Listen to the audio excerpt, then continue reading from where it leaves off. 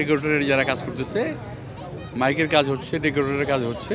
নিরাপত্তার বিষয়টা তো আমরা নিশ্চিত করার চেষ্টা করতেছি, সব কিছু তো আমাদের হাতে নাই। এই মুহূর্তে তো পুরো জাতি তো একটা শঙ্কার মধ্যে আছে, শুধু একটা নিরাপত্তা না, আমাদের পুরো জাতিতে একটা একটা একটা শঙ্কার মধ্যে আমরা আছি প্রতিটা মুহূর্তেই। তো নিরাপত্তা যতটুকু এনশিওর করা দরকার আমরা চেষ্টা করতেছি, বাকিটা আল্লাহর হাতে। সরকারের পক্ষ থেকে কেমন সহযোগিতা করা হচ্ছে? সহযোগিতা কেমন করা হচ্ছে বলতে পারবো না, তবে অসহযোগিতা নাই।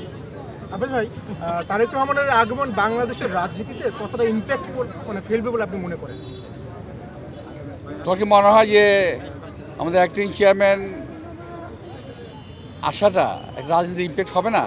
অফকোর্স রাজনীতিতে একটা ইম্প্যাক্ট তো আছেই। এটার দেশব্যাপী এটা নিয়ে একটা আলোচনার বিষয়বস্তু এখন তারেক রহমান সাহেবের আগমন। এটা তো ইম্প্যাক্ট তো অফকোর্স আছে। এটার লাখো মানুষের সমাগমের পরিকল্পনা আমরা করি নাই। যদি লাখো মানুষ সমাবেত হয়ে যায় সেটা তো আমাদের কিছু করার নেই, তাই না? এখন অ্যাক্টিং চেয়ারম্যান আসবে,